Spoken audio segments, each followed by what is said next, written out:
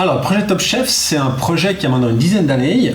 En tant qu'enseignant d'éducation nutritionnelle dans les cycles d'orientation, on a organisé des cours facultatifs de cuisine. Et puis petit à petit, ces cours facultatifs sont devenus des petits concours, effectivement sous la forme du Top Chef de la télé, parce que les élèves étaient très demandeurs.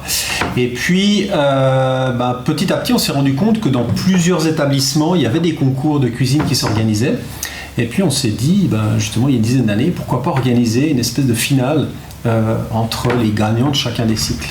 Alors cette année, vu qu'on a initié effectivement cette collaboration avec les étudiants de la HEDS, il a fallu un petit peu équilibrer les rôles entre les organisateurs habituels du concours, Dorian Durand et moi-même, dans le cadre justement du cycle d'orientation, et puis les fameux étudiants HEDS qui ont eu une grosse responsabilité parce qu'ils ont amené des propositions, ils ont amené un espèce de nouveau règlement à ce concours, etc.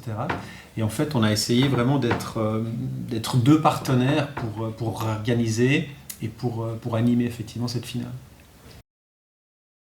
Moi c'est Noé, en deuxième année de nutrition et diététique. Moi c'est Tamara, je suis du coup dans la même classe que Noé. Dans le cadre d'un module donc de santé publique, on a fait ce travail. Ouais.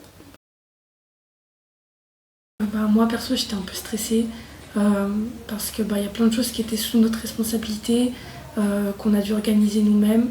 Et si ça ratait, c'était en guillemets de notre faute. Et ouais, comme on s'est beaucoup investi dans le travail, ça m'aurait un peu attristé que ça se passe pas comme prévu. Personnellement, moi ça allait, j'étais plutôt confiant. Je m'attendais à ce que ça se passe bien. Après, oui, il y a des aléas, des choses qui peuvent arriver. Mais je pense qu'on était bien préparés dans ce cas-là. Donc franchement, je pense que je voyais mal en tout cas que ça se passe pas bien du coup. En fait, dans le projet, j'ai géré un peu la partie communication. On va dire que j'étais responsable de cette partie, même si on l'a tous fait en groupe. S'il faut contacter des gens pour filmer, faire de la pub dans un journal, sur les réseaux, quoi, il faut pas hésiter à s'y prendre vite et à envoyer plusieurs mails, à relancer les gens parce qu'ils répondent pas ou alors ils ont des réponses négatives malheureusement. Donc pas hésiter à contacter plein de monde et ne pas hésiter à les relancer non plus. Non, t'as tout dit. Voilà, t'as tout dit.